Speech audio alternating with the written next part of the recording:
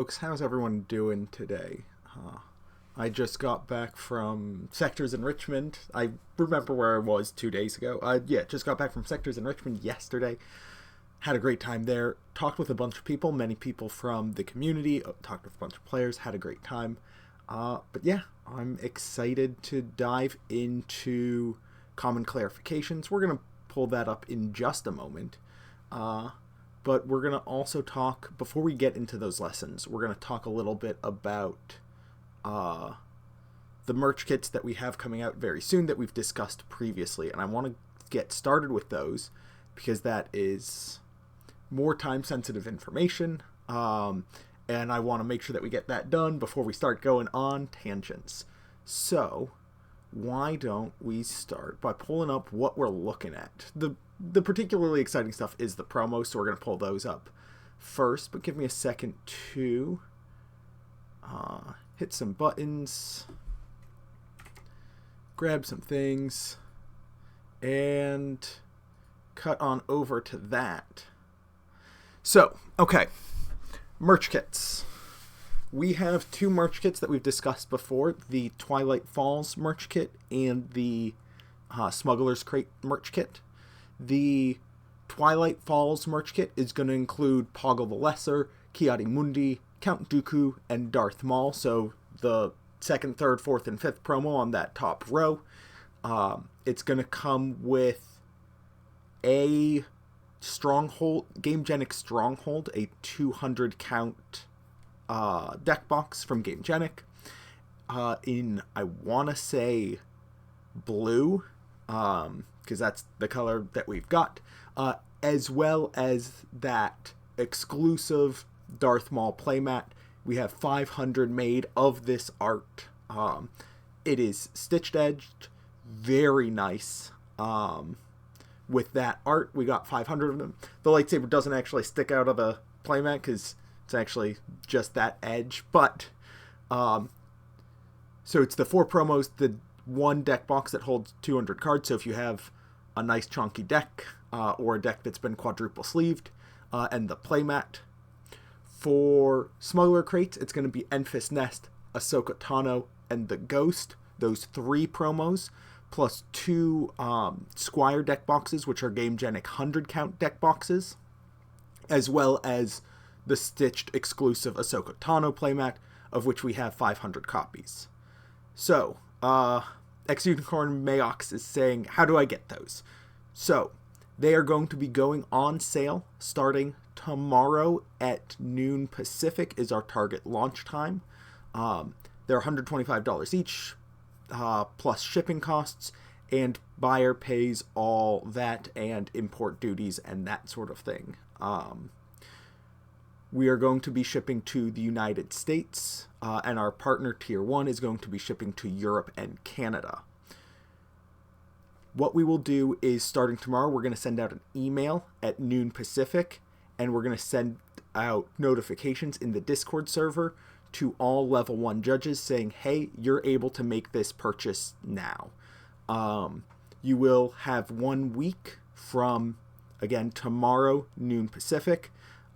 You will have the website and the password that you need to log in, should you need a password. You will have 1 week, and so until Wednesday oh boy, I don't know my calendar off the top of my head. Wednesday the 7th at noon Pacific, you'll have a week to make that purchase order, either 1 or 2 kits. If you are not a level 1 judge, we will be sending out an email at the same time saying, hey, if you are interested in purchasing these kits, they will be available a week from now. Please fill out this form to enter into a random drawing to be able to purchase. And you'll be able to choose, I want Smuggler Crates, I want Twilight Falls, or I want both of them. So, L1s, you're guaranteed, if you want one, to get one. If you want 2, you're guaranteed to be able to get 2. When we announced these, we had 350 L1s. I think we've crept up to 400 in the past 2 weeks. We're not going to get to the point where we get 100 more L1s in the next week. So I feel confident saying that if you're an L1 and you want these, you can get these. Apprentices are going to enter into a drawing. Shipping questions. Shipping from Portland, and when will they be shipped? They will, I believe, for the U.S. ones, they're going to be shipped from Portland. I don't know where they're going to be shipped from for Tier 1, so to Canada and Europe. They will be shipped pretty much as soon as we can confirm the orders.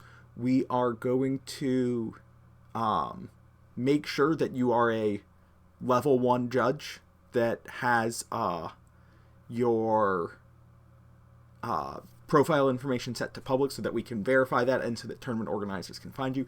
I think the vast majority of judges already have changed those settings. They will be shipped almost immediately. We already have, the reason it's taken us the time to put them up for sale is because we've wanted to make sure that we have everything in hand so that when we get the orders in, we can ship them out. So we're going to get the orders in, we're going to confirm that the order is valid, and we're going to ship it out. If you have multiple L1s in a household, or if you're going to be reshipping for somebody, so if you are in the United States, Europe, or Canada, and somebody from somewhere else, such as maybe Brazil, would like to have them ship to you, and then you take it and ship elsewhere, please include that in the notes on your purchase, as well as shoot an email to tim@cascadegames.com so that we don't cancel your order. We've set it up so that we haven't, while there is a purchase order of 1 per judge, or order limit of 1 per judge, we have not hard-coded that into the store so that if somebody is purchasing multiple kits for a household, or somebody's purchasing multiple kits because other judges are paying them, they're going to reship it. That is doable. However, to make sure that it doesn't get bounced for being an invalid order, again, send an email to tim@cascadegames.com. We're going to include that information in the email. Let's see what other questions. If we select 2, can we draw at least 1 of 2 for Apprentice? So if you select both of them, we're going to draw on the Twilight Falls, and then we're going to draw on Smuggler's Crates. If you get one, has no standing on if you get the other. It'll be purely random. And so it's some apprentices might get lucky and get both. However, it is just going to be straight random. Dino Ari says, is it okay if our emails are hidden for everyone but TOs, or does that need to be visible for other judges? Public to TOs is perfectly good. That's all we need. Mightstone 12420 says, how much time do we have to complete the level 1 judge exam? I'm not sure exactly what you're answering or asking, so I'm going to answer both questions. The exam itself has a 75-minute limit for the 25 questions. To be able to purchase these, I'm going to be getting a list of all level 1 judges tonight and sending out that email and posting the email that has the password and posting in Discord tomorrow when they go live. However, if in the week after you become a level 1 judge, by next Wednesday you become a level 1 judge, and you go into the Discord and find the password, you will still be able to make it, so long as at the point in time where you make the purchase, again, by next Wednesday, May 6th. May 6th is correct. I said that before. I just want to make sure I'm correct. May 7th. By Wednesday, May 7th, by the time you make that purchase, you are a level 1 judge. You'll be fine. Kevin Jock Jr. Says 1 of each kit per judge or 1 kit overall. It is 1 of each kit per judge. So if you want both Twilight Falls and Smuggler Crates, you can do that. Coma Cosplay says, would it be bounced if the address is the same but the name is different? If it is 2 different orders, it should be fine, but just include it in the notes just to be safe. If you think there's any reason why we might bounce it, put it in the notes. If we think we have a reason to bounce your order, we will reach out anyways just to confirm. It's possible that we missed something and we don't want to do that. However, if you can proactively include any information such as, I live with other judges, or I'm ordering for my partner and I, both of whom have certifications, this is their information, that saves stuff for us. Dino Ari asks, any news on the Luke and Vader promos? Nope, nothing that I can share yet. We still have plans for them, but those plans are still secret. MVG Hell says, who do we email for bundling local judges? It'll be included in the outgoing email and in the Discord notification, but it's going to be Tim at CascadeGames.com, and I'm going to drop that into the chat. Tim is going to be managing this directly. He has the boxes in his living room, and so he's going to just box stuff up, ship them out. Okay. That was me going fast and efficient, talking about these promos. Do we have any more questions? Because I want to make sure that we get through everything before we move on and go into Tangent Land, which is where I talk about rules for who knows how long. Also, if you haven't seen the playmats, I don't have nicely polished playmat images to like show on stream. I'm not gonna futz around with like my image files on my computer to see if I can grab the photos that Tim has taken. But if you go into general chat on the Discord, I believe I shared them last Thursday, maybe last Wednesday. And so you can see what the playmats look like, if that's going to be a factor in your decision making. Exabyte, you say, sorry if I missed the Luke Vader's borders being off. What do you mean by that? Do you mean with regard to color or something else? You'll note that Ki-Adi-Mundi, Count Dooku, and Ahsoka also don't have card frames that match their aspect. This was a choice by the graphic design team to have the individual frame be chosen for the particular card. You'll note that even though both the Ghost and Count Dooku are blue, they're different shades of blue, and like there's a little bit of bleed on the energy, and like Enfys and Ki-Adi-Mundi have slightly different frame colors as well. Yeah, and like on Ahsoka, I love Ahsoka, because like it's her blue and like cream coloring, like the color matches her Montrals. Darth Maul matches like the lightsaber rather than the background, whereas Count Dooku makes that lightsaber really pop. They did a lot of very interesting choices.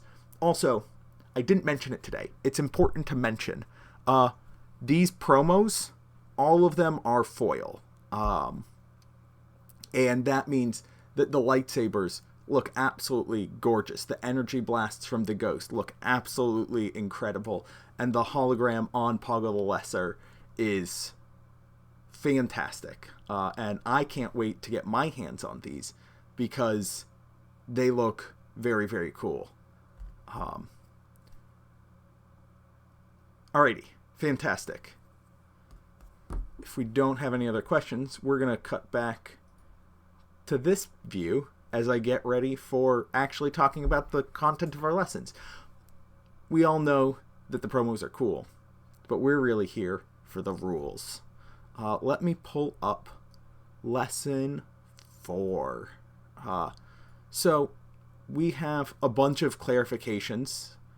We're going to have more clarifications. And as I discussed in the lessons themselves, it is important that we have these clarifications because while we want the comprehensive rules to be comprehensive, we can't actually guarantee that they are as the rules get updated and change. We're going to just cut back over here. So they can be confusing, incomplete, or more likely unintuitive. There are a few places, especially in these clarifications, where I'm like, this is how this works, and people in the Discord threads are like, that makes absolutely no sense to me. Why does it work that way? And that's why these clarifications exist. They make sense in the vast majority of situations. However, sometimes to make some things work smoothly, you have to make other things work in ways that you don't expect. These lessons slowed down the pipeline for L2 a little bit, or the expected pipeline for L2 a little bit. We initially had the final lesson for L2 as July 14th.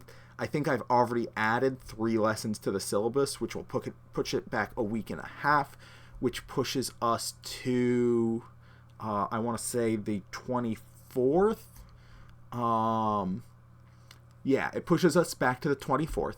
I'm going to be traveling on the 24th to go to the Galactic Championship, which means that likely the L2 exam will come out the following week of the 28th to the 1st, or that first week, full week of August, the 4th to the 8th, to make sure that I'm not busy trying to head judge the Galactic Championship and deal with any and all of the issues that come up with the L2 exam, because I'm going to want to make sure that if there are issues with questions, they get addressed quickly. If there are issues with certifications or endorsements, those also get addressed quickly. So with these additional lessons, with this additional content, it's going to be a little bit later than initially announced, but it's not that there's going to be a big gap between the end of lessons and the exam. It's just that you're going to have more content between now and then. And so the stream of content is going to continue. Anyways, talking back about these clarifications. The clarifications can help underline and highlight some confusing, unintuitive, and incomplete areas. However, it's important to understand the why of how these cards work, rather than just the fact that Krayt Dragon always resolves no matter what you do to the Krayt Dragon. Whether you take control of it, you capture it, you defeat it, you deal damage to it, you return to the opponent's hand, you get rid of its rules text, no matter what, it's still triggering, right? This is something that we've learned partially either through reading the rules, or for most people by learning that individual interaction. However, not as many people know that that's how Bossk works, and there's some people who have issues with that because they don't realize or have not yet internalized that it is the same fundamental rules engine. And so it's important to understand the fundamental rules and learn how to identify what systems are at play. Is it triggers? Is it delayed effects? Is it lasting effects? What is happening here? What rules do I need to apply? And so learning those fundamentals is going to help you more in the long term than just memorizing the specific interaction, especially because on the exams, I'm going to look for things that meet the same requirements but don't use the cards that see play in meta decks, so that it's not just memorizing the interaction, it's understanding the rules behind it. X-Unicorn Mayox, how do I get endorsed and how do I get to level 2? The endorsement process for level 2 is going to be very similar to the endorsement process for level 1, with the caveat of, rather than all stores, it's going to be stores that have run some number of competitive TCG events. Notably, they don't have to have run Star Wars Unlimited TCG events at competitive tier or equivalent. They could have run Pokemon, Magic, Flesh and Blood, Yu-Gi-Oh!, One Piece, any of Weiss Schwartz. It does not matter as long as they have been competitive tier or equivalent. And we'll talk about how to identify those in other games later on down the line. That process does not exist yet. All stores that have run official competitive tier events, which includes the sectors and regionals, so OPE, Fanfinity, and SCG, are obviously going to be able to endorse folks, as well as all stores that have run any number of planetary qualifiers, because they have run competitive tier Star Wars Unlimited events at the highest level that stores are expected to at this point in time. And so all of them, we're going to start with something like 200, 300, 400 stores that are absolutely locked in and are going to be able to endorse folks. And we're going to ideally set up an automatic system where tournament organizers will be able to submit links to Melee or other scorekeeping platforms, or submit just like links to, say, online evidence of tournaments having happened. So whether it be like a Facebook post or something on their website, on their official calendar, we'll be able to use that. We are generally going to be relatively trusting with this, because if a store goes out of their way to get this, they are going out of their way to help grow the judge program. And if they don't have experience with competitive tier events and endorse a judge, and then that judge works at their store, their events are going to suffer for the shortcuts that they take. And while it may impact the broader community, it's mostly going to impact them. And so this isn't a cheaters never prosper sort of thing, but it is if a store endorses somebody, they will almost certainly endure the consequences of their own decision. Okay, great. Moving on. Let's actually get to some clarifications. Unless anybody has any other questions, I am happy to keep on chatting. Great. For a cause I believe in. Gentle Giant 303, do sector regional TOs count? Yep, that's why I named OPE, Fanfinity, and SCG. Not to sass you. No, that is entirely to sass you. I'm not going to lie. That is entirely to sass you. Oh boy, tangent. Is you reap what you sow, more Jedi or Sith? That's a great question. And my second monitor just did something I don't like it doing. I need to make sure. Great, we fixed it. Sorry.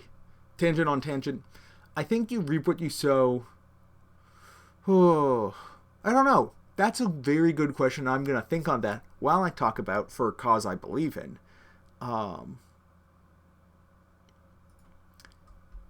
So, for a cause I believe on has an effect that says for each. Doing something for each results in one instance of the effect. So it's going to do one instance of damage with for a cause I believe in. Kanan Jarrus is going to heal once. Force Lightning deals damage once. Lieutenant Childson gets experience tokens once. And so if you have something that says when you place an upgrade on a unit or when you deal damage to an enemy unit, it will only trigger once. This is different than cards that can affect multiple different objects. Count Dooku can hit 2 different units. Calculated Lethality can put different upgrade or put experience on multiple friendly units. And these, if you put them all onto one target, you're going to have one instance of upgrading or one instance of damage. If you put it onto multiple targets, it would be multiple simultaneous different instances. And so if you say Count Dooku deals 3 damage to your droid and 3 damage to your clone by sacrificing or defeating, exploiting 2 different units, you will have 2 when a unit you control deals damage to another unit triggers. So for example, you would be able to have a Django-esque thing trigger twice. The other thing that For a Cause does, and this one is more unique, is cards that are revealed are known to both players. That should be pluralized. And consequently, if they go from a hidden zone, are revealed, and then are immediately returned to that hidden zone that is ordered, that order is going to be known. This is different from an effect where only one player sees the card. So if it's a look at, your opponent doesn't get to know the order that they go in. But because they are revealed, they go back to the deck in a revealed order. You don't get to pick up the cards, hide the order in which you're putting them back, rearrange them, and then put them back on top. Your opponent gets to know. For a Cause is, I believe, the only card that has this effect. And so that's just a neat one to know. This isn't covered in the rules explicitly, but it can be interpreted from the reveal section of the rules as opposed to looking at. Our next clarification, and again, please, if you have any questions, throw it into chat and I'll take care of them. But triggered abilities based on other triggers that require the unit to be in play when the target trigger resolves. There are big quotes around target because we don't have targets. But this is to say if Bossk or Thrawn are defeated at the same time as a unit with a bounty or when defeated trigger, they do not trigger. This is because it's more clear with Bossk, but it also makes sense with Thrawn. Let's say Bossk dies at the same time you have something that has a bounty. The first thing we do is we process the units being defeated. Then we go ahead and say, hey, are there any triggers that are waiting to resolve? Yes, there's this bounty over here. Let's go ahead and collect that bounty. And by the time we're collecting the bounty, Bossk is no longer in play. Similarly, with Grand Admiral Thrawn, it says when you use a when defeated ability, you may use that ability again. And so we're looking at the resolution of the when defeated trigger. Whereas Iden, Exobyte asks, can you contrast Thrawn with Iden? I'm going to pull up exactly what Iden says. That is, when an enemy unit is defeated, do this thing. And so Iden is just looking for the unit to be defeated. And so she's on the battlefield. She sees something else on the battlefield. They're shooting each other. They both get defeated. She was there when the other unit was defeated because they're defeated simultaneously. And so she existed in the ground arena when the enemy unit was defeated. So she triggers and resolves. Grand Admiral Thrawn is looking to see the trigger resolve. And by the time we can resolve the trigger, he's no longer in play. And so Grand Admiral Thrawn is shooting at a unit that has a when defeated ability. They see each other. They both are defeated. They both leave the battlefield. And then we go ahead and resolve that triggered ability. McFerguson says that they're late. Did you miss anything? Yeah, you've missed a solid half hour of me talking, and I don't know if there's anything more precious in this world. We talked about promos. It was a good time. And we talked about some clarifications. I don't know if you're interested in rules clarifications at all, McFerguson. But that's what we're talking about today. Just the rules clarifications available on nexus.cascadegames.com/resources/rules clarifications. Also available on some external sites that are maintained by an individual in the community. So let's move on. Keep on talking. Did that answer the question about the difference between Thrawn and Iden? Do you think that will help you explain the difference between those interactions to folks? Logical Insanity says, how long are the VODs available for this? I want to study for judgeship. As soon as I'm done recording, I'm going to export the video to YouTube, and it will be available on YouTube forever until the YouTube account gets deleted because somebody has decided that we have done the wrong thing. They're available on Twitch for 1 week, unless something really weird happens, like our previous interview, and it gets devoured by the void of Twitch. But let's talk about aspect penalties. Abilities that affect how cards are played only do so if they state they apply while playing the card. Rey and Kylo can ignore aspect penalties because they say while playing this unit. Omega does not let her ignore her own aspect penalty while being played because even though she may be the first clone you're playing in a round, that is not something that says while playing. So since it doesn't apply while playing, it doesn't apply while playing.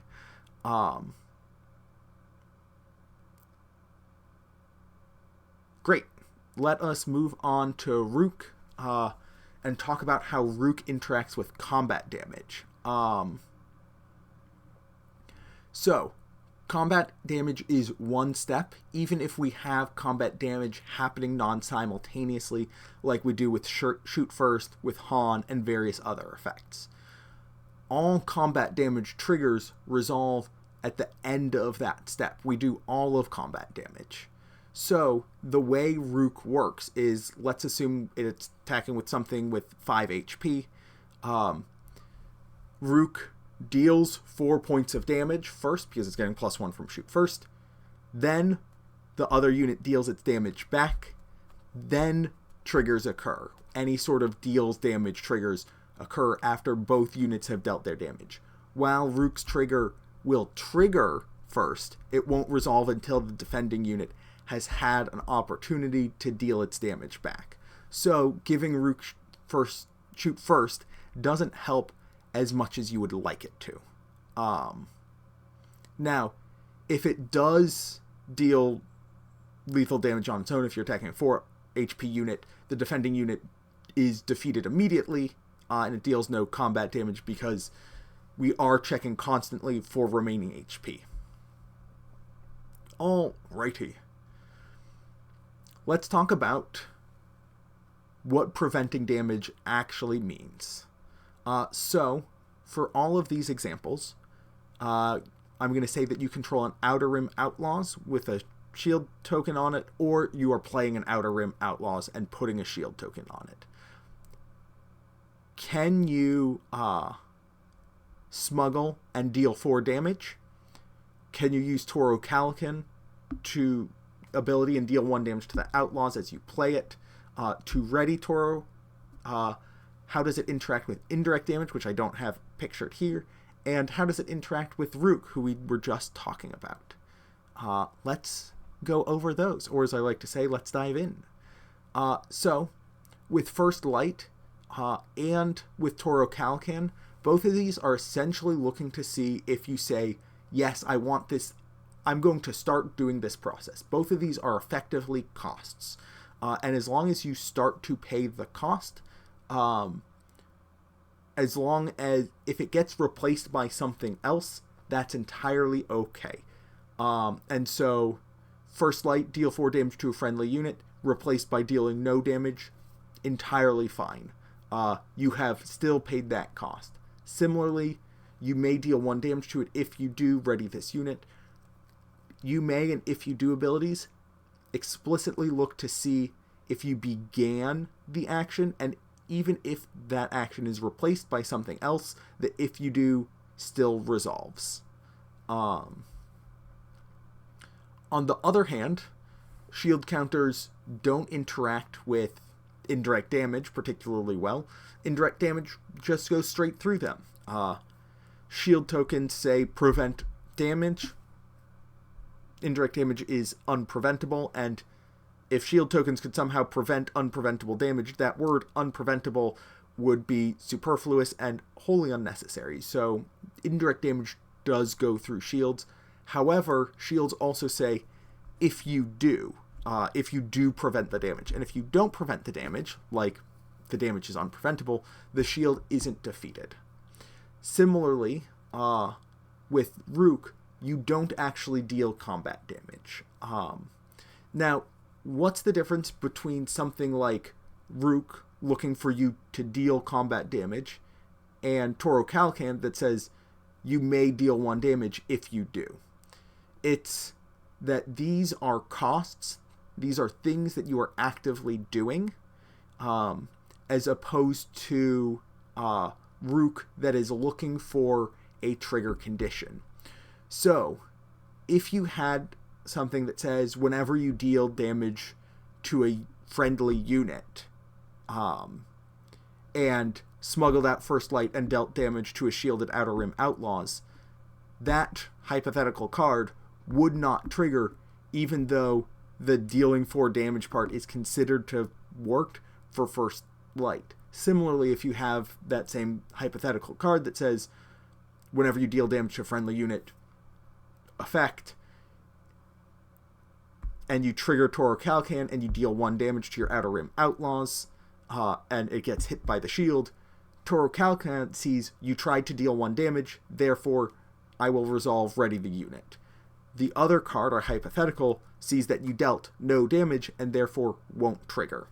Notably on the Toro Calican and Outer Rim Outlaws, you can also order it so that the damage happens first and then the shield token goes on afterwards if you wanted to do that. But that's not what this slide is about. So, let's talk about keywords a little bit. This one's weird, and gets real weird when we get to coordinate. But conditional keywords only count while the condition is met. So, Boba Fett Daimyo would not give the ghost +1/+0 unless it is upgraded. Similarly true for the Gamorrean Retainer or the Emperor's Royal Guard. Coordinate as a keyword always exists even if the condition isn't met. This feels a little weird, but that whole ability has to always exist and has to always be on, even if the effect after the coordinate, after the dash, isn't applying. So, piloting and smuggle are persistent. Collection Star Hopper does have a keyword, even if that keyword does nothing while it's in play. Similarly, Determined Recruit has a keyword. It has piloting, which does nothing when it's in play and applies to the upgrade side of it-ish, but it is within the text box and therefore counts as a keyword, and therefore Boba Fett would grant both a Determined Recruit unit and the Collection Star Hopper +1 power. Moving on to our friend Tech, he gives your resources Smuggle. So if you have any card in your resource row, you play it. As soon as it stops being a resource, it no longer has Smuggle, and so it would not get the benefit from Boba unless there was something else granting it keyword or it had one natively. Now, Ghost is weird, particularly Coordinate and Coordinate granting keywords. So, if you slap For the Republic onto the Ghost, Heart of the Family, a couple of things happen. One, the unit is upgraded so it gains Sentinel. That one's easy. All other Spectres gain Sentinel. That one we have no questions. 2, it gains Coordinate Restore 2. Coordinate is the keyword, but the keyword ability includes everything after the dash. And so all of your friendly Spectre units will gain Coordinate Restore 2. Then, if you have Coordinate, if you have 3 units, the Ghost also gains Restore 2.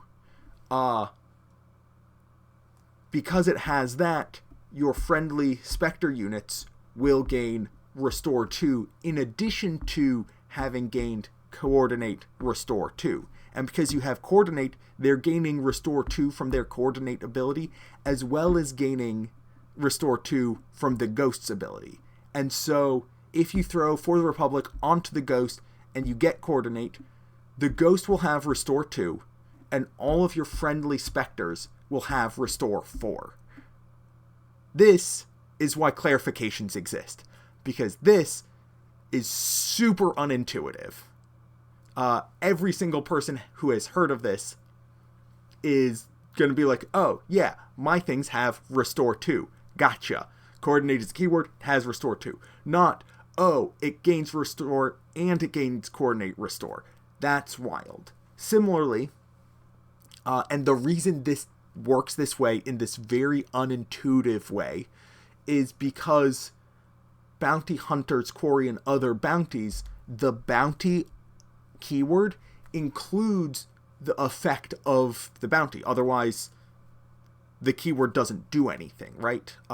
Bounty means when this unit is defeated or captured, do the stuff after the dash. And the stuff after the dash is part of the keyword ability. And so, if your opponent slaps Bounty Hunter's Quarry onto your Ghost and then plays Super Laser Blast, every single one of those Bounty Hunter Quarries is going to trigger because they've essentially forced more, like, putting bounties onto the Ghost is really good for your opponent and really bad for you. Sertart, we have not covered a clone Ghost because that's not possible, because clone says non-vehicle unit. So until you can get rid of the vehicle trait on Ghost, I'm not going to answer that question. This is me being sassy. At some point, for funsies, I'll probably go over cloning Ghost in a hypothetical world where we have, like, something that copies vehicles. But for now, I have an excuse not to talk about it because it doesn't work in the rules. Great. That made my life easier.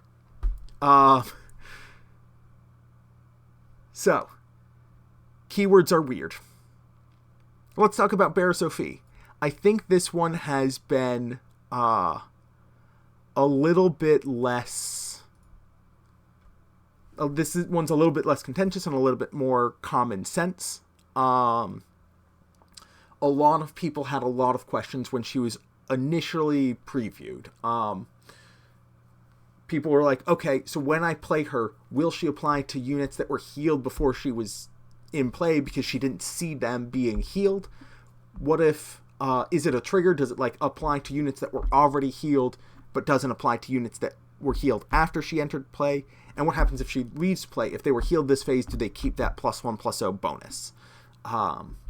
And the answer to all of these is it's a constant ability, not a trigger. And so we look at the current state of the game constantly. And so it will apply to all friendly units that were healed this phase, whether or not they were healed before or after her. If they were healed before her, she'll see it. If they were healed after she was played, she'll see it. And it ceases to apply as soon as she leaves play. This one is relatively straightforward.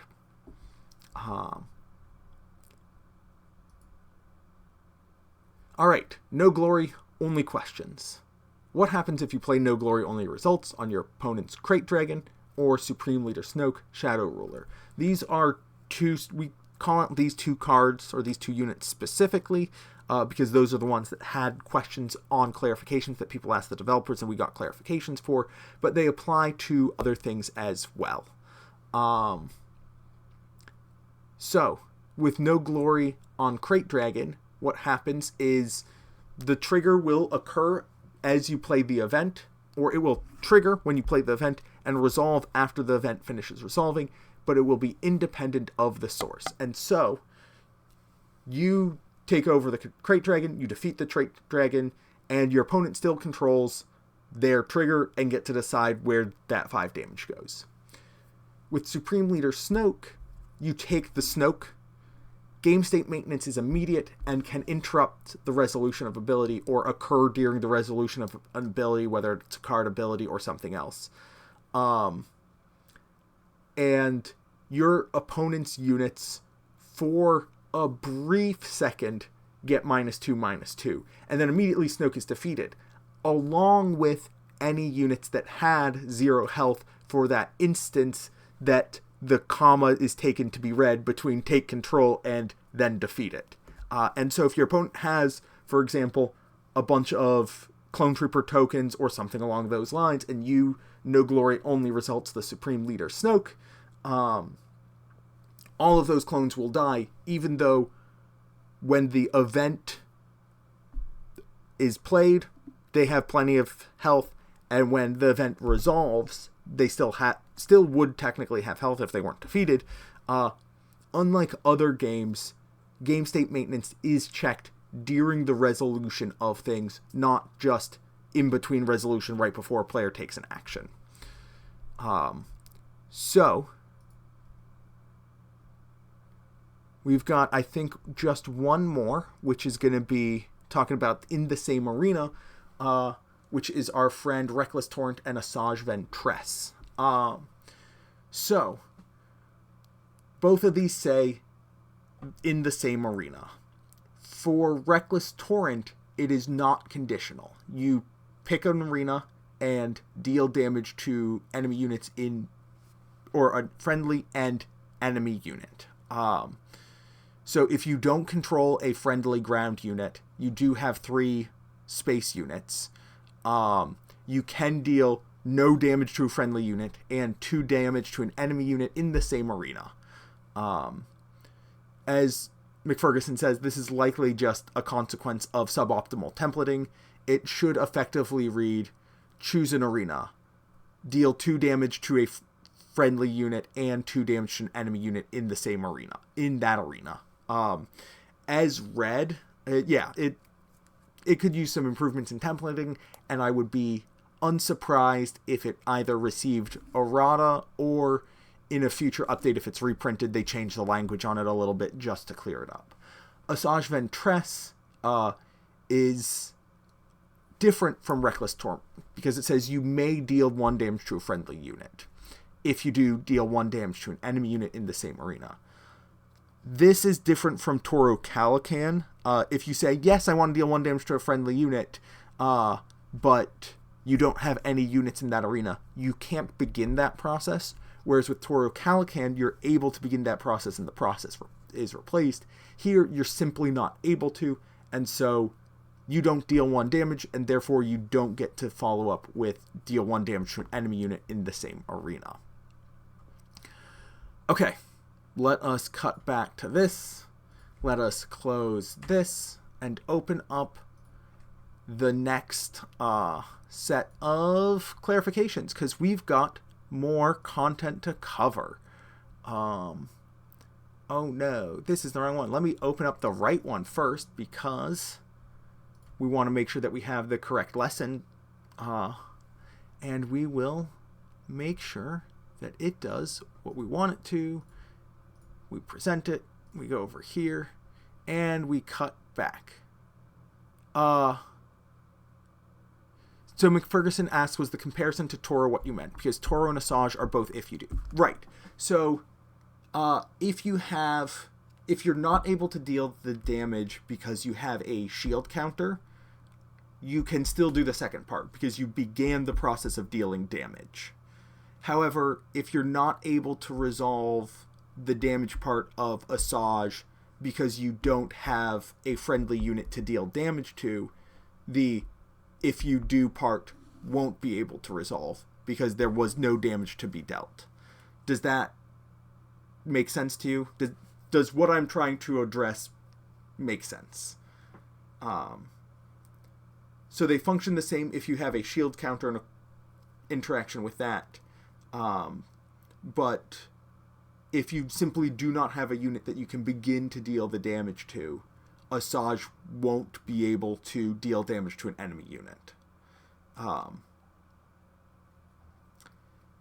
They work the same with shield counters. I guess compare internally with just Asajj. If you're unable to deal the damage because of a shield counter, Asajj will still deal damage to the enemy unit, which we discussed earlier in the lesson. If you're unable to deal damage to a friendly unit because no friendly unit exists in that arena, then you are not able to deal the damage to the enemy unit. So I'm contrasting Asajj with shield counters versus Asajj with no friendly units, and was bundling Toro with shield counters into that because that's where that interaction just lives in my head in the replacement effect shield counters damage, if that makes sense. So they work mostly the same, except Asajj has an additional conditional that Toro doesn't have, which means that sometimes you can be like, yes, I would like to deal this damage, and have the full ability not resolve. Whereas Toro, if you do say yes.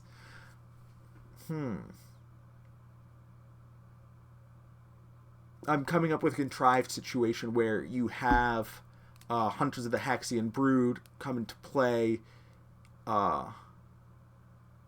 Yes, Toro and Asajj would both contrast shield versus no unit in the same way. I agree. Great. Okay. On the same page. Moving on to rules clarifications. Common clarifications, part 2. Guess what? There's more clarifications. So this overview is the same. This lesson focuses more on a few individual cards, but I'm going to reiterate, don't just memorize the specific interaction, understand the underlying rules. Even though we're going to talk about our good friend Clone, which is the only card that copies other units, I am confident that at some point, unless they decide that Clone was an egregious mistake and they never want to do that again, there will be other cards that copy units, and at that point, you're going to have to learn all of these interactions all over again, except for that card, and it's just easier to understand the underlying rules. So, let's dive in.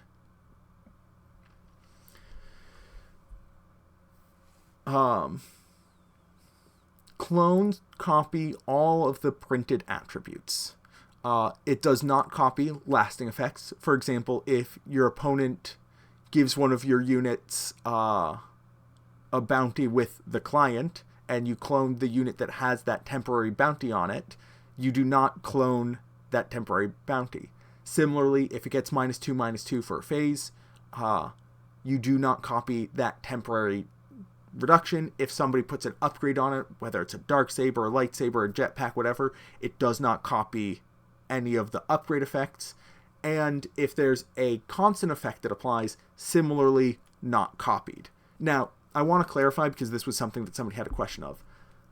Let us assume in this situation, your opponent controls, or you control a 4/4 unit, and your opponent controls a Supreme Leader Snoke, which gives your 4/4 -2/2, so it is effectively a 2/2.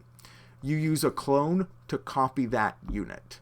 Clone will copy the printed 4/4 and then get the -2/2 from Snoke. It will not copy the modified 2/2 and get an additional -2/2 down to a 0/0. So constant effects will only apply once. You also can't do similar things with like cloning Victor Leaders, although that's a vehicle, cloning General Dodonna or General Tag to like double up on your rebel bonuses or Imperial bonuses. While it would have that ability and apply to other units, a unit wouldn't get, like, if you have a Dodonna, clone a rebel, the clone won't get +1/+1 from the unit it copied and an additional +1/+1 from the Dodonna applying to it. This is a lot of words to say something that I think is relatively intuitive, so we don't have to worry about it too much unless folks have more questions. I think the way that I explained it made things only more confusing for the people who didn't quite understand it, which is one of the risks with rules, is when you get into technical language or start trying to speak technically rather than in plain English, people don't get it sometimes.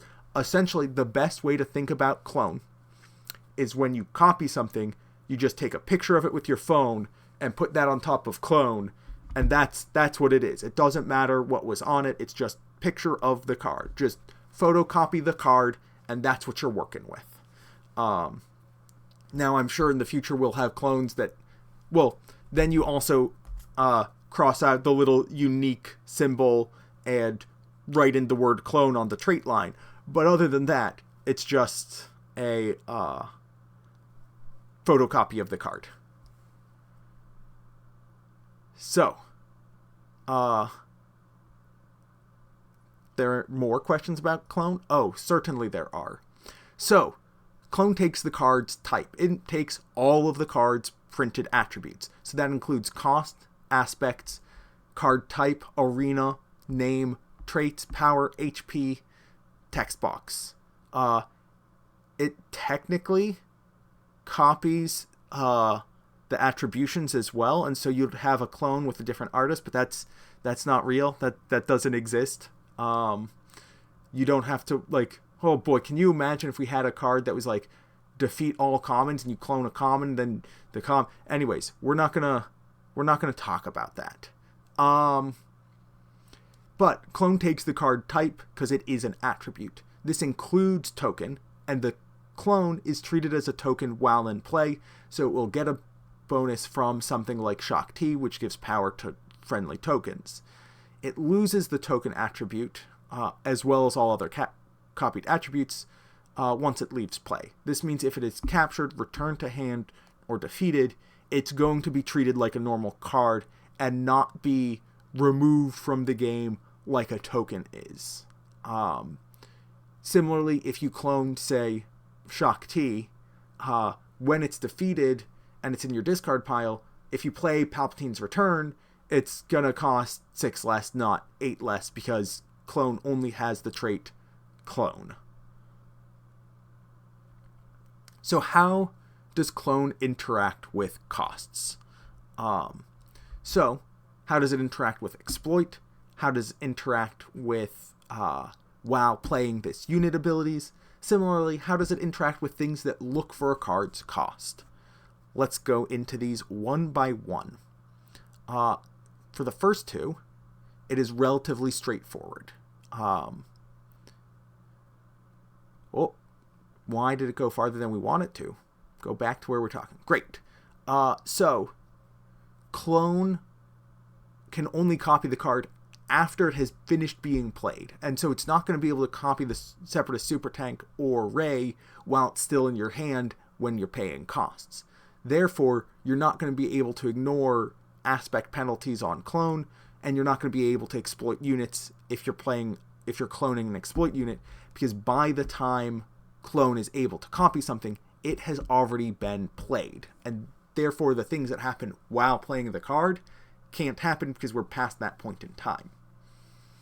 Krayt Dragon, however, resolves when the card finishes being played. And when clone finishes being played, it will have a new cost, whatever you ended up copying. And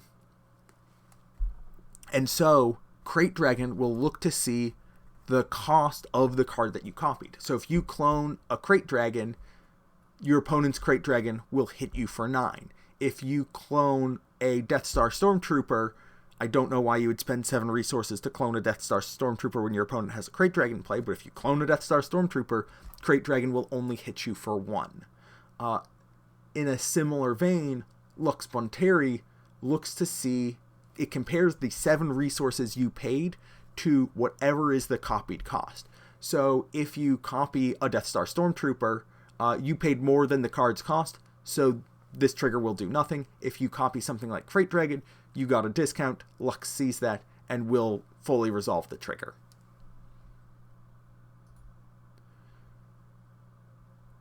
Right. What about Force Lightning? Can Force Lightning kill a clone? Can get rid of its copy and just make it a 0/0 with no abilities? Once clone has finished copying a card, it no longer has the copy ability. This text that it has right there disappears and is replaced by whatever you ended up copying. So if it loses all abilities, it's already lost these abilities. Most of the time when clone is in play, it is not a 7 cost command unit with 0 power and 0 HP. It is something else because it's a clone. You could theoretically have something that's like clones you control or units you control get +1/+1, and then pay 7 and choose to not copy anything and just have a very expensive generic clone. But even then, that copy ability only functions while it's being played. Kevin Jock Jr. says clone Swarming Vulture Droid to get a 16th. Is Swarming Vulture Droid a vehicle? Because I might have to break your heart, but I really hope that it's not a vehicle, and that would be hilarious. I just love the idea. Oh, that's really funny. I'm just realizing now that clone you can clone droids. Like, you could just be like, oh, C-3PO, here's your clone. And that's so funny to me. And I'm kind of surprised that it doesn't say non-leader, non-vehicle, non-droid, but that's probably a design balance decision as opposed to a flavor decision. Anyways, let's talk about Darth Maul. This ability, this unit can attack 2 units instead of 1, I don't believe is referenced anywhere in the comprehensive rules, explicitly. And it uses colloquial language, and players can generally understand what's going on with it. However, you kind of have to look in a bunch of different places to really understand how Maul works. How does he work with Sentinel? How much damage does he deal? How much damage does he take? How do shields interact with him? How does Corner the Prey interact with him? So let's talk about those. Really, it all comes down to this is a single attack, and it has to remain valid. If there's a Sentinel, Maul can only attack Sentinels. The wording on Sentinel doesn't say units in this arena must attack a Sentinel. It is can't attack non-Sentinel units. Therefore, if your opponent controls a Sentinel and non-Sentinel, Maul can only attack the Sentinel. If they control 2 Sentinels, Maul can attack both of them.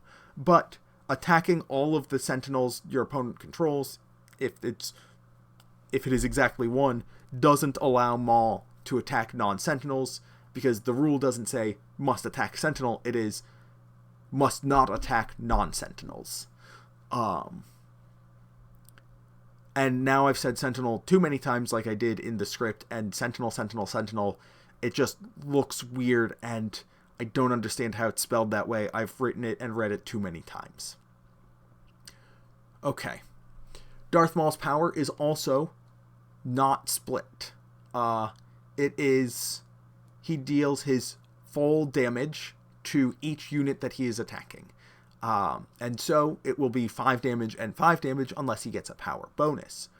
Corner the Prey similarly looks at the defender. And so who is the defender of Darth Maul's attack? The example I use in the lesson is one that comes from my pre-release for Twilight of the Republic, where I did play Corn of the Prey on Darth Maul.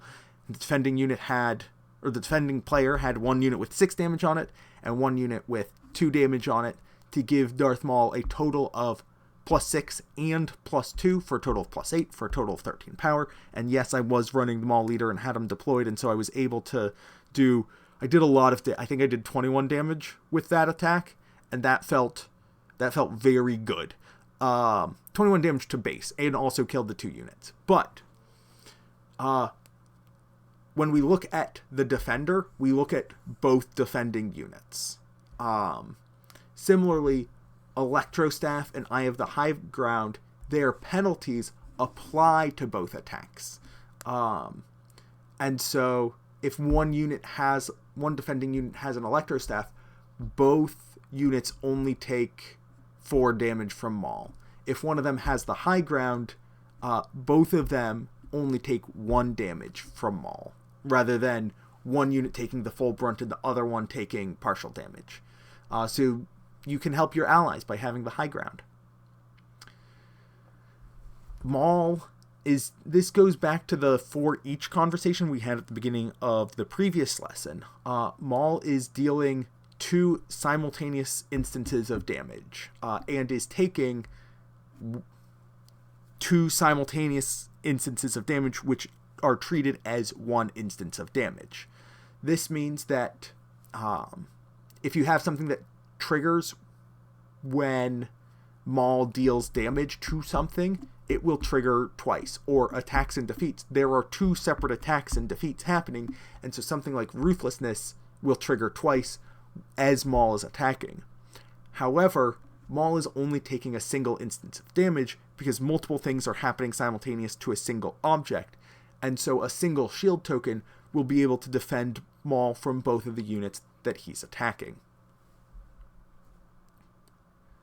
Alright, any questions about Darth Maul Revenge at Last? Also, for those of you who haven't read the transcripts, I felt very clever with the titles for each of these sections. For Clone, I had Begun, the Clone Rules Have, and for Darth Maul, I had Always 2 attacks there are, with a little parentheses, because he can sometimes attack 1. But it looks like we don't have any questions, so we're going to move on to the next section, Chancellor Palpatine playing both sides. A lot of these clarifications came from immediately after the card was spoiled and long before the comprehensive rules update was available. So the vast majority of these were either in the Twilight of the Republic comprehensive rules update, or people were like, hey, you have told us that this is how this works, but it is not covered in the comprehensive rules, and so they made it in the Jump to Lightspeed update. And Chancellor Palpatine is a special baby. So only the front side, the heroic cunning side, is considered for deck construction limits in Twin Suns.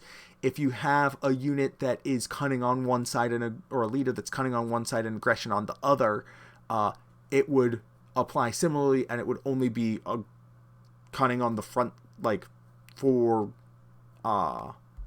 when it's face up, when we're looking at aspect penalties. And similarly, I mean, cunning versus aggression doesn't really matter for Twin Suns, but maybe if they develop a format where that does matter, that would apply for that leader as well. As mentioned, only his face-up side applies to aspect penalties during the game, and so either you're getting the benefits of heroism as your aspect or villainy, but you're never getting both. You can, of course, like any other ability, activate the ability without meeting the condition, but because it is not a cost, it will do nothing as it resolves, though, because if a friendly heroic unit wasn't defeated or a villain card played, it won't do anything. Flipping is not a separate ability. It is still based on the condition, and when he flips, he will maintain his exhausted state. Right now, I believe every other leader comes into play ready, is deployed ready, with the asterisk of pilots are upgrades, and upgrades are neither ready nor exhausted. They simply exist. So Palpatine is a little bit more straightforward than his apprentice Maul. It only takes 1 page for me to go over these things, but it helps a lot that they are now more explicitly included in the rules. Alright, and then we move on to the real Phantom Menace. Lurking TIE Phantom and Chewbacca and Shadowed Intentions. I'm going to, here in this lesson, in this broadcast, and in future lessons and broadcasts, generally going to refer to these 4 sub-abilities as the Phantom ability, just because y'all know what I mean. However, the reason this lesson was so late was when I was talking about the return to hand example. I was just talking about Lurking TIE Phantom because I was just in my head of, yeah, Lurking TIE Phantom does all of these things. However, Lurking TIE Phantom doesn't actually have all 4 of them. It doesn't have the return to hand ability. So I'm going to get that wrong, and you're going to yell at me, and I'm going to say, meh, you should be mad at me. That's correct. I should do better. But part of the reason this ability has so many questions is because on Lurking TIE Phantom, it is not 1 ability, it is actually 3 abilities. Chewbacca has 2 abilities, and Shadowed Intentions has 3 abilities. And each of them has their own suite of interactions and things that make them feel a little bit weird. The other thing that they have in common is the enemy card abilities language. What does that mean? And you can see here in the title phrase, we have enemy and card ability. And so the enemy applies to a card ability rather than enemy card applying to ability. This means that it needs to come from a card ability and care about your opponent controlling the card ability. It doesn't necessarily have to come from a card that your enemy owns. This means that if you control a Lurking TIE Phantom and a Wanted Insurgents, and your Wanted Insurgents are defeated, your opponent claims the bounty. While you owned the card that created the bounty, so it is a friendly card, it is a card ability controlled by the enemy, and therefore Lurking TIE Phantom won't take damage from your Wanted Insurgents bounty. There are no clarifications on capturing because those are all very precise. Every single capture ability says friendly unit capture enemy unit, and so there's not a lot of the controller of the effect will always be the enemy of the unit that is being captured. That's how capture works, and so you don't have weird questions about that. Now, Triple Dark Raid, if your opponent takes like something that you've so you play a vehicle with Triple Dark Raid, and then upgrade it with either Chewbacca or Shadowed Intentions. When we go to resolve the delayed effect from Triple Dark Raid, that is a card ability, because it's an ability coming from a card, and if your opponent has taken control of the unit that you upgraded, you still control Triple Dark Raid, and so now, because they have taken control of your vehicle, it is now an enemy effect trying to apply to your Chewbacca or Shadowed Intentions vehicle, and won't do anything, and it will stay in play. If the control effect is temporary, it goes back to you. If the control effect is permanent, it stays with your opponent. Great. If anybody has any questions about Lurking TIE Phantom, please throw them into the chat. I'm surprised we haven't had any yet, but also I know that I'm opening a door to a world of hurt from all of y'all. But as you come up with those questions to make my life worse, let's talk about damage. How do these cards, Overwhelming Barrage, Caught in the Crossfire, Indirect Damage, and something like Force Lightning, work with these Phantom abilities? So, Overwhelming Barrage is the cause of the damage. The friendly unit is dealing the damage, but the damage is being directed to happen by a card ability, not by a unit. Therefore, Overwhelming Barrage doesn't work against phantoms. Caught in the crossfire, even though it is a now friendly unit to the phantom that's dealing the damage, it is still coming from an enemy card ability, and therefore Caught in the Crossfire also doesn't work with dealing with phantoms. Indirect damage. This one does work because it's unpreventable, and can't be damaged by is shorthand for prevent all damage that would be dealt to this unit by, but it's just a lot easier to say can't be damaged by. Otherwise, we'd have like a whole extra line of text on every single card that has this ability, maybe 2 lines, and that starts to get crowded real quickly, especially as you add more mechanics to cards. Finally, we look at Force Lightning. With Force Lightning, we resolve the event in order.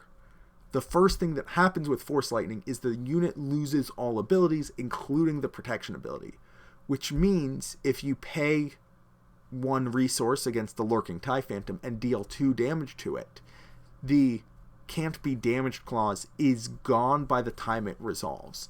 It's not that all of the event resolves simultaneously, it resolves sequentially, and so it loses the ability and then takes the damage, and consequently, because it doesn't have the protection ability anymore, is defeated. And then we go to our friends, defeating directly. So, can your opponent choose...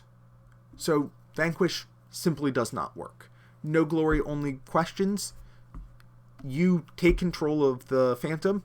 It is now yours, and now can be defeated because it is now a friendly card ability that is trying to defeat it. The friend-foe the friend-foe updates immediately and regularly. Which is similar but inverse of Triple Dark Raid's interaction. Avenger. Your opponent can choose a non-leader unit they control. Hey, they choose their Lurking TIE Phantom. Defeat that unit. The person who's defeating that unit, the effect that is defeating that unit, is the Avenger. That is a card ability, controlled by an enemy. Lurking TIE Phantom will not be defeated, can be chosen. Super Laser Blast doesn't defeat things that say can't be defeated. You know it says defeat everything, but that simply cannot be defeated. With the asterisk of if it's your own Lurking TIE Phantom and you Super Laser Blast, it'll kill your Phantom.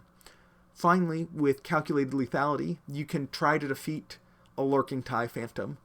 However, for each upgrade, still is counted. You can still look to see how many experience tokens or shield upgrades or other upgrades were on a unit, and give experience tokens to a friendly unit. That isn't dependent on the card being defeated. If Calculated Lethality said defeat a non-leader unit that costs 3 or less, if you do for each upgrade, etc., etc., it would then be dependent on defeating the unit. But since it doesn't say that, you do get the second half of the event's text, even though you don't defeat the Lurking TIE Phantom. Alrighty, covered those. So let's talk about how you can deal with Lurking TIE Phantom. A very common one is reducing HP to 0 with -X effects. This includes Make an Opening or Snoke, and then removing positive HP modifiers by defeating upgrades.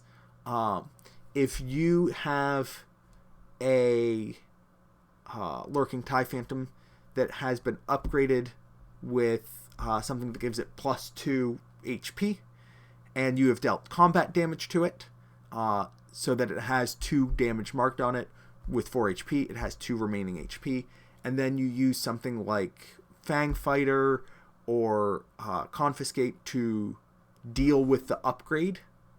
Even though it is a card ability, removing the thing that is giving it HP, you are not dealing damage, trying to defeat it, etc., etc., and so all of those will work on defeating a Lurking TIE Phantom.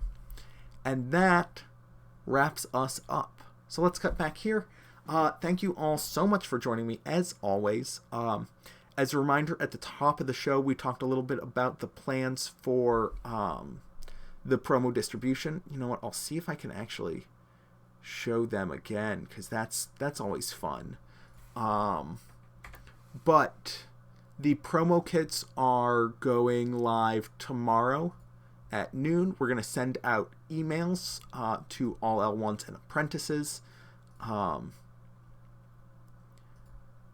And yeah, if anybody has any questions, now is the time. And we're just going to swap back here. So Mightstone 12420 says, so calculated lethality will work on a lurking tie that has 2 damage marked on it if defeating the upgrades on it results in it having 0 HP. I don't believe calculated lethality actually defeats the upgrades.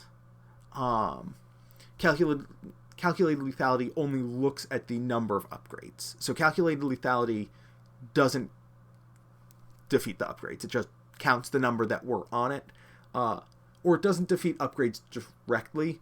Usually when the unit is defeated, the upgrades fall off. But that wouldn't happen against the Lurking TIE Phantom because the Lurking TIE Phantom isn't defeated. But, yep. So tomorrow, live noon Pacific, we have Twilight Falls, Pongo the Lesser, Ki-Adi-Mundi, Count Dooku, Darth Maul, for $125 plus shipping.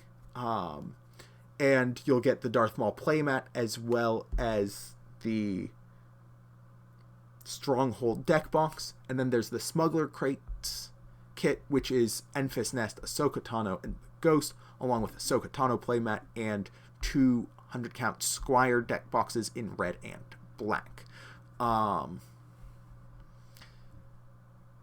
CM5871 says, for the kit, L1 and apprentices get them at the same time like last time, or just email being sent out to both? 2 different emails are being sent out. One email is going to L1 saying, you are now eligible to purchase. Here's a link. Here's the password. Go ahead and purchase. Apprentices at the same time will get an email that says, hey, if you're interested, please fill out this form. In 1 week, we will select some number of people based on how many kits we have remaining in each region to be able to purchase them. And you will be notified at that point. You will be given a shop link and a password at that point in time. And so L1s will get the purchase link immediately. Apprentices will get the I'm interested in buying link at the same time. And then once we close sales to L1s after a week, that is when we will open it up to sales to apprentices. Mateus Slamau, oh boy, I don't know how that's pronounced, and I will work on that. Mateus Lamau? We'll go with that. I like that.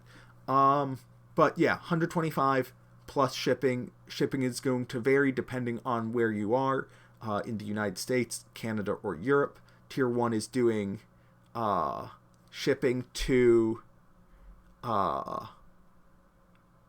Canada and Europe. If you're outside of those regions, if you are able to coordinate shipping to somebody in those regions, if you have a friend who lives in one of these areas, or if you're willing to like have somebody bring it to Vegas because you're going to be going to Galactics and you can just pick it up there, that is absolutely something you can do. However, we just want to make sure that you include any sort of details. If you think there's a reason why your order might get bounced, and again, all of this information is going to be included in the email that you'll get tomorrow. This is for you and Nasty. If you're unifying shippings, it should be in one order. And you're going to want to send an email to tim@cascadegames.com. And again, this information is going to be in the email that you get. So if you have special requests like, hey, we all live in the same small region, whether it be country, city, whatever, we would like to coordinate shipping and so we can cut down on shipping costs, you're going to want to make it one order and make sure that you have that in the notes to make sure that you don't get bounced for having like 4 orders in one, because there is still that order limit, and to send an email to tim@cascadegames.com just to get ahead of us being like, hey, why did you order 6 kits when we said you could order 1 of each? If you give us that information, we can just approve your order a lot faster. And we want to make sure that we can get these out to you as soon as possible. Shipping will be happening as orders come in and are verified. And so that should be happening as soon as starting this week. And so folks who are close to either Tier 1 or Portland might be getting them before sales close even. With that, it does not look like we have any other questions. So thank you all so much. And I will see you on Friday for the next lesson covering Lesson 6, the last of the common clarifications. But before I do that, Mightstone 12420, if we write the Level 1 judge exam tonight before tomorrow, we'll be treated as Level 1 or Apprentice. So the way it's going to work is I'm going to send out an email. I'm going to get a list of all L1s tonight and email them.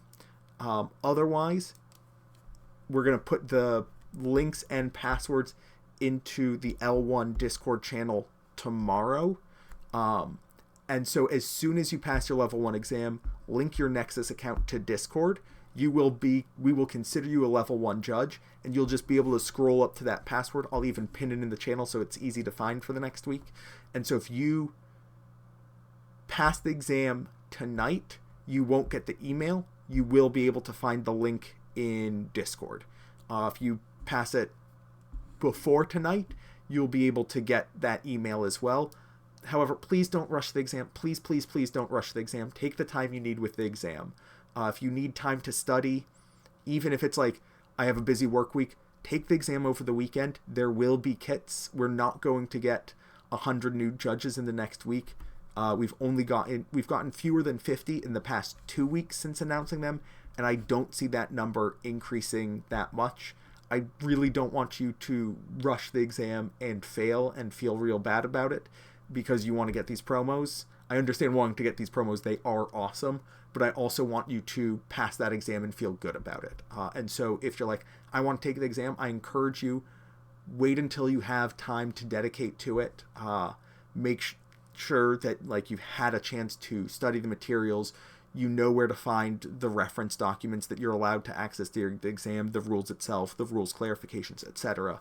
Make sure that you are prepared for the exam, because then if you rush it and you fail, if you miss by one question, it'll feel even worse. And so if you're not currently an L1, we're going to look for when you place your order, what level are you? We'll verify at that point in time, and we can pretty much guarantee that as long as you get that certification by next Wednesday the 7th and complete your exam and make the purchase by noon Pacific on May 7th, you should be good. And Anasti, the semantics and the particularities of language is something that I hope to improve in time.